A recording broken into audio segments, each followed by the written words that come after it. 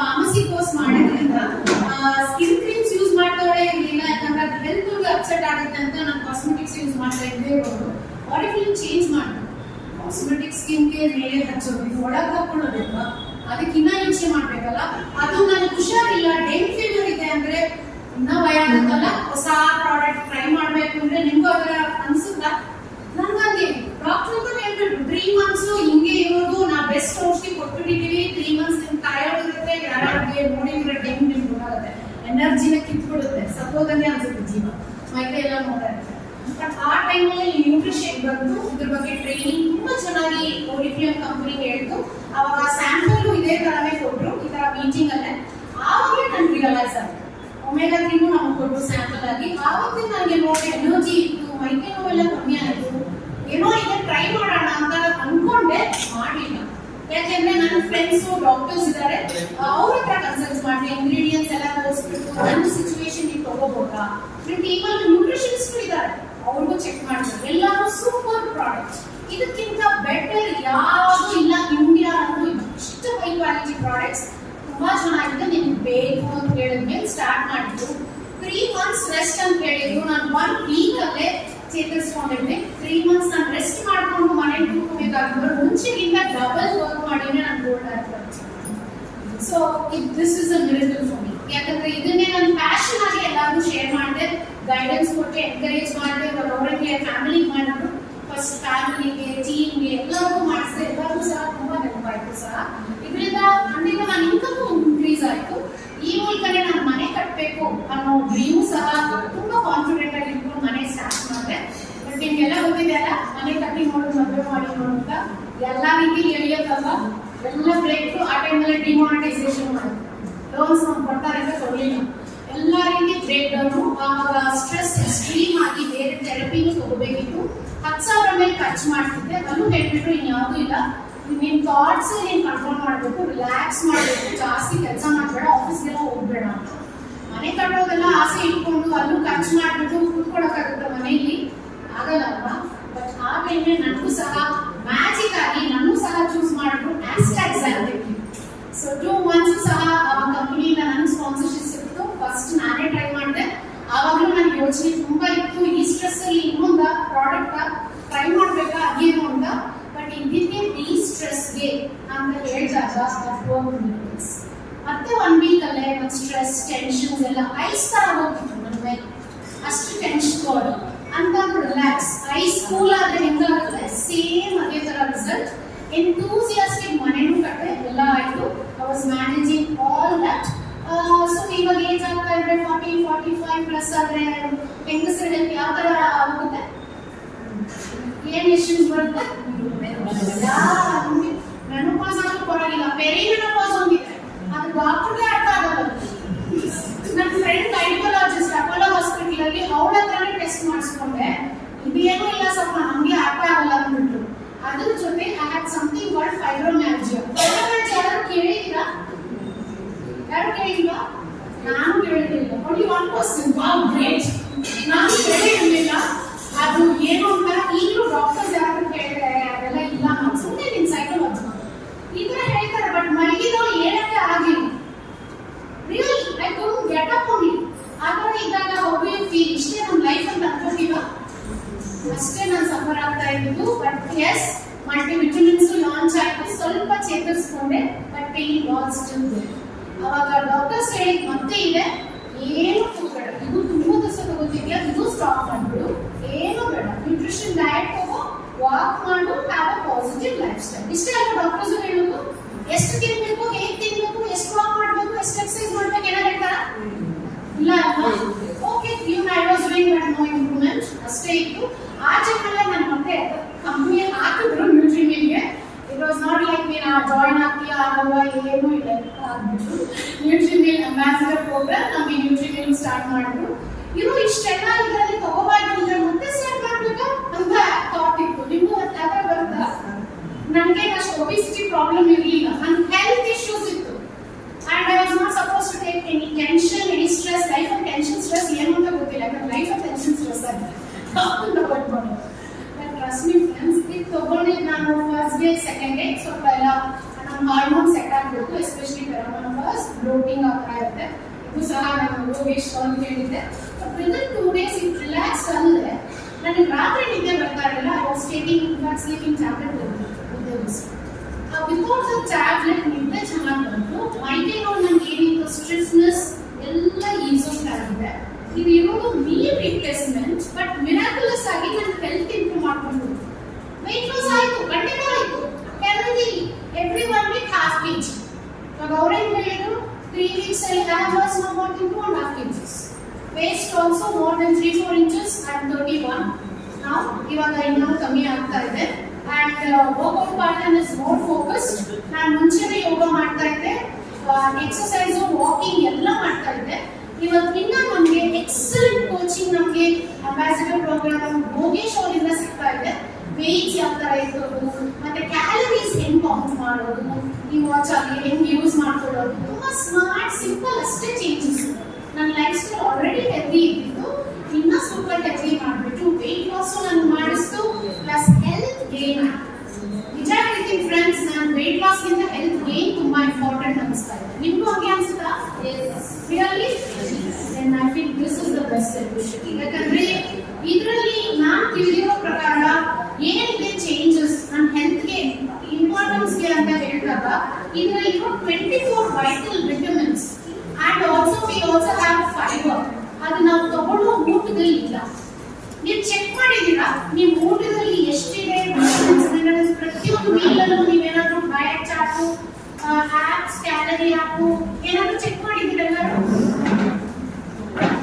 ಯಾಕೆ ಚೆಕ್ ಮಾಡಿದ್ದೀರಾ? ಯಾಕಂದ್ರೆ ನಿಮ್ಗೆ ವೆಯ್ಟ್ ಲಾಸ್ ಫೋಕಸ್ ಇಲ್ವಾ? ಎಷ್ಟು ಜನರಿಗೆ ವೆಯ್ಟ್ ಲಾಸ್ ಫೋಕಸ್ ಇದೆ ಹೇಳಿ? ವೆಯ್ಟ್ ಲಾಸ್ ಫೋಕಸ್ ಇಷ್ಟೇ ಜನನ, ಬೇರೆಯವ್ರಿಗೆಲ್ಲ ಹೆಲ್ತ್ ಇಲ್ಲ ಫೋಕಸ್ ಇಲ್ಲ. ನಾವು ಸುಮ್ಮನೆ ಹೇಳ್ತಿದೀವಿ ಆಗಿಲ್ಲ ಕುಕಿಂಗ್ ಕಾಂಪಿಟೇಷನ್ ಪ್ರೈಸಸ್ ಅಷ್ಟೇನಾ? ಹೆಲ್ತ್ ಫೋಕಸ್ ಇದೆಯಾ ಯಾರಿಗಾದ್ರೂ? ಎಲ್ಲರಿಗೂ ಇಲ್ಲ. ಸೊ ಒಬ್ಬರು ನೀವು ಎಲ್ಲ ಪರವಾಗಿ ಮಾತಾಡ್ತಿದ್ದೀರಾ ಅಂದ್ರೆ ನೀವು ಟೇಕ್ ಸೊ ಹೆಲ್ತ್ ಅಂತ ಬೇಕು ಎಲ್ಲರಿಗೂ ಅಲ್ವಾ? ಸೊ ನೀವು ಇಂಡಿಯನ್ ರಿಸರ್ಚ್ ಸೈನ್ಸಿಸ್ ಪ್ರಕಾರ ಹೇಳ್ತೀವಿ ಅಟ್ಲೀಸ್ಟ್ 2000 ಕ್ಯಾಲರೀಸ್ ಇರಬೇಕು. ಅದು ಕ್ಯಾಲ್ಕುಲೇಟ್ ಮಾಡಿದ್ದೀರಾ?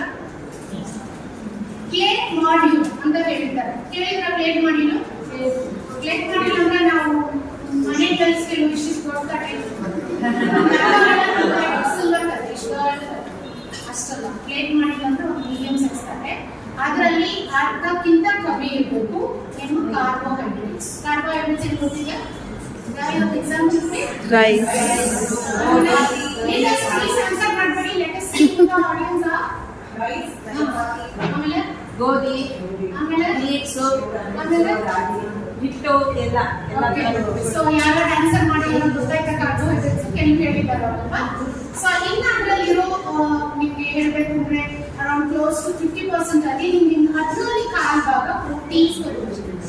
ಪ್ರೋಟೀನ್ ಯಾವುದು?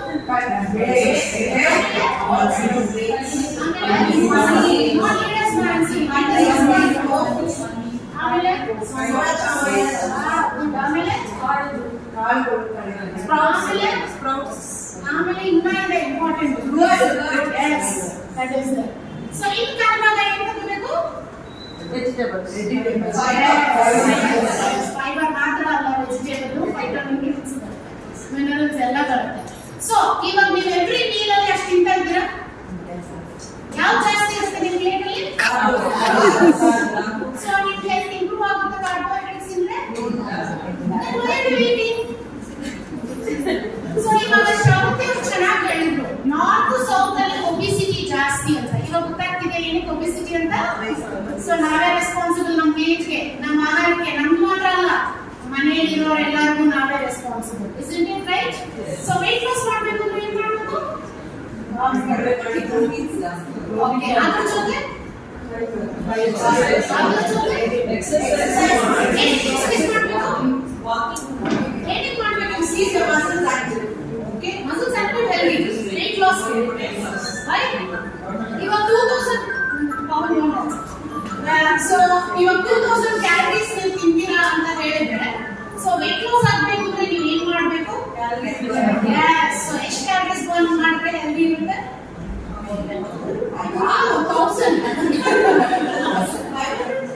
500 at least is better. So 500 calories ಆದ್ರೂ ನಾವು ಮಾಡಬೇಕು. ಅದಕ್ಕೆ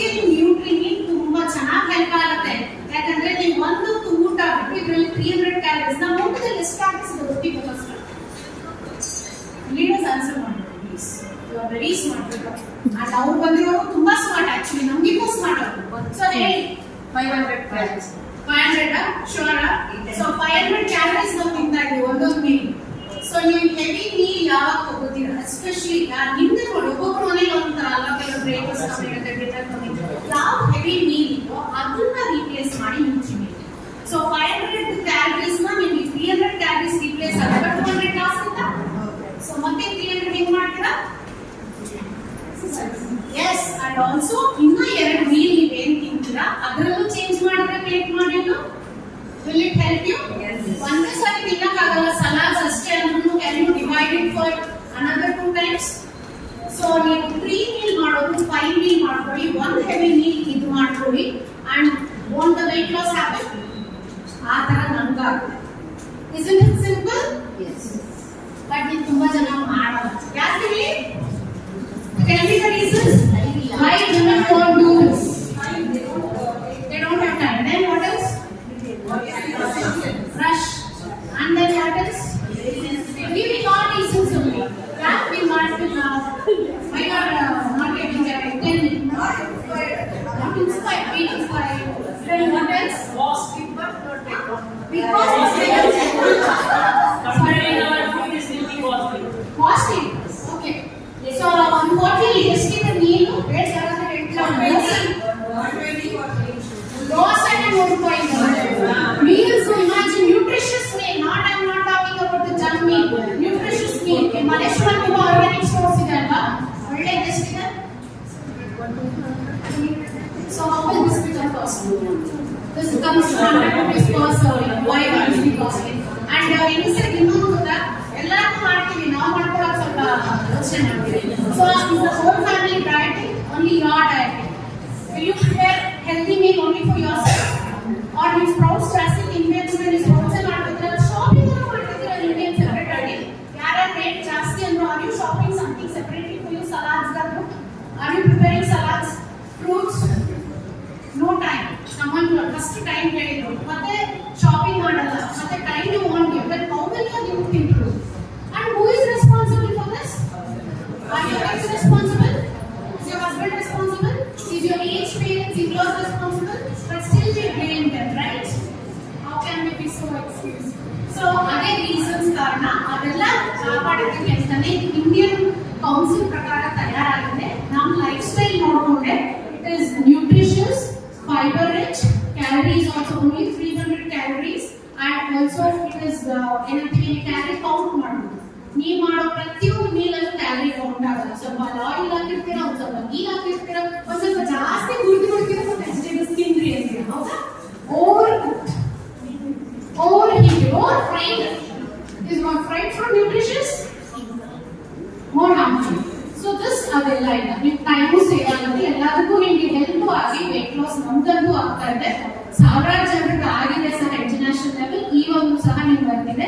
ಜೊತೆಗೆ ಇಲ್ಲಿ ನಾವು ಕ್ಲಬ್ ಅಂತ ತುಂಬಾ ಹೇಳ್ತಿದ್ವಿ, ಯಾರೇ ನ್ಯೂಟ್ರಿ ಮೀಲ್ ತಗೋತೀರಾ ನೀವು ಕ್ಲಬ್ ಅಲ್ಲಿ ಜಾಯಿನ್ ಆಗೋದು ಇಂಪಾರ್ಟೆಂಟ್. ಯಾಕಂದ್ರೆ ಇಲ್ಲಿ ಗ್ಲೋಬಲ್ ಸೈಂಟಿಸ್ಟ್, ನ್ಯೂಟ್ರಿಷನಿಸ್ಟ್ ಎಲ್ಲರೂ ಇನ್ವಾಲ್ವ್ ಆಗ್ಬಿಟ್ಟು ನಿಮ್ಗೆ ಎವ್ರಿ ಡೇ ಬೇರೆ ಇನ್ನ 2 ಹೊತ್ತು 3 ಹೊತ್ತು ನೀವು ತಿಂತೀರಲ್ಲ ಅದು ಸಹ ಪ್ಲಾನ್ ಮಾಡಿ ನಿಮ್ಮ ಲೈಫ್ ಸ್ಟೈಲ್ ಪ್ರಕಾರ, ನಿಮ್ಮ ಏಜ್ ಪ್ರಕಾರ ನಿಮ್ಗೆ ಗೈಡೆನ್ಸ್ ಸಿಗುತ್ತೆ. ಆದ್ರೆ ನಿಮ್ ಡಾಕ್ಟರ್ ಯಾರಾದ್ರೂ ಮಾಡಿದ್ರ? ಎಷ್ಟು ಜನ ನ್ಯೂಟ್ರಿಷನಿಸ್ಟ್ ನ ಕಾಂಟ್ಯಾಕ್ಟ್ ಮಾಡಿದೀರಾ ನಿಮ್ ಹೆಲ್ತ್ ಪ್ರಾಬ್ಲಮ್ಗೆ? ಎಷ್ಟು ಚಾರ್ಜ್ ಮಾಡ್ತಾರೆ ಡಯಟ್ ಮಾಡೋದನ್ನ? 1000, maybe it's very less. Usually 3 months nutritionist plan ಅಂದ್ರೆ 20,000 ಮೇಲೆ, ಅದು only 3 months. ನಮ್ಗೆ ಟೀಮ್ ಅಲ್ಲೂ ಅಪೋಲೋ ಹಾಸ್ಪಿಟಲ್ ನ್ಯೂಟ್ರಿಷನಿಸ್ಟ್ ಇದಾರೆ, ನನ್ನ ಟೀಮ್ ಅಲ್ಲಿ ಅವರೇ ಹೇಳ್ತಾರೆ, ದುಡ್ಡು ಕೊಡ್ತಾರೆ, ಸ್ವಲ್ಪ ಡಿಫ್ರೆಂಟ್ ಡಯಟ್ ಪ್ಲಾನ್ ತಗೋತಾರೆ, 20 days ಫಾಲೋ ಮಾಡಲ್ಲ. ಸೊ ಯಾರಾಗಿಲ್ಲ ನಾನು ಮನೇಲಿ ಊಟನೇ ಮ್ಯಾನೇಜ್ ಮಾಡ್ತೀನಿ ನೋಡಿ, ಇದು ಹೆಲ್ಪ್ ಆಗುತ್ತಾ ಇಲ್ವಾ? It helps, right? ಸೊ ನೀವು ಕ್ಲಬ್ ಅಲ್ಲೂ ಸಹ ಫೋಕಸ್ ಆಗಿ ವರ್ಕ್ ಮಾಡಕ್ ಹೆಲ್ಪ್ ಆಗುತ್ತೆ. ಯಾಕಂದ್ರೆ ನಮ್ಗೆ ಅಭ್ಯಾಸ ಇದೆ, ಏನಾದ್ರೂ ನಮ್ಗೆ ಸಂತೋಷ ಆದ್ರೆ ಎಲ್ಲರಿಗೂ ಹೇಳ್ತಾ ಇರ್ತೀವಿ ಅಲ್ವಾ, ದುಃಖ ಆದ್ರೂ ಎಲ್ಲರಿಗೂ ಹೇಳ್ತಾ ಇರ್ತೀವಿ. ಸೊ ಆ ಕ್ಲಬ್ ಅಲ್ಲಿ ನಿಮ್ಗೆ ಶೇರ್ ಮಾಡಕ್ ಆಪರ್ಚುನಿಟಿ ಇದೆ. ನಿಮ್ಮ ಮನೆಯಲ್ಲಿ ಆ ತರ ಆಪರ್ಚುನಿಟಿ ಇಲ್ಲದೆ ಇರ್ಬೋದು. ಫಿಟ್ನೆಸ್ಗೂ ನಿಮ್ಗೆ ಕೋಚಿಂಗ್ ಸಿಗುತ್ತೆ ಎಕ್ಸ್ಪರ್ಟ್ಸ್ ಇಂದ, ನ್ಯೂಟ್ರಿಷನ್ಗೂ ಕೋಚಿಂಗ್ ಸಿಗುತ್ತೆ, ಮತ್ತೆ ಎವ್ರಿ ವೀಕು ಸಹ ಕಾಂಪಿಟೇಷನ್ ಇರುತ್ತೆ. ಆ ಕಾಂಪಿಟೇಷನ್ ಯಾರು ಇನ್ಸ್ಪೈರ್ ಇರಲ್ಲ, ಮೋಟಿವೇಶನ್ ಸಿಗುತ್ತೆ.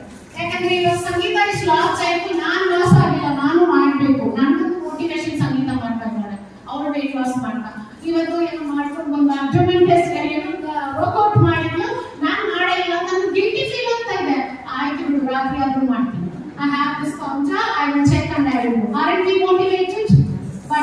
ಮಾಡ್ತೀವಲ್ಲ ಆ ತರ ವಿ ಶೇರ್.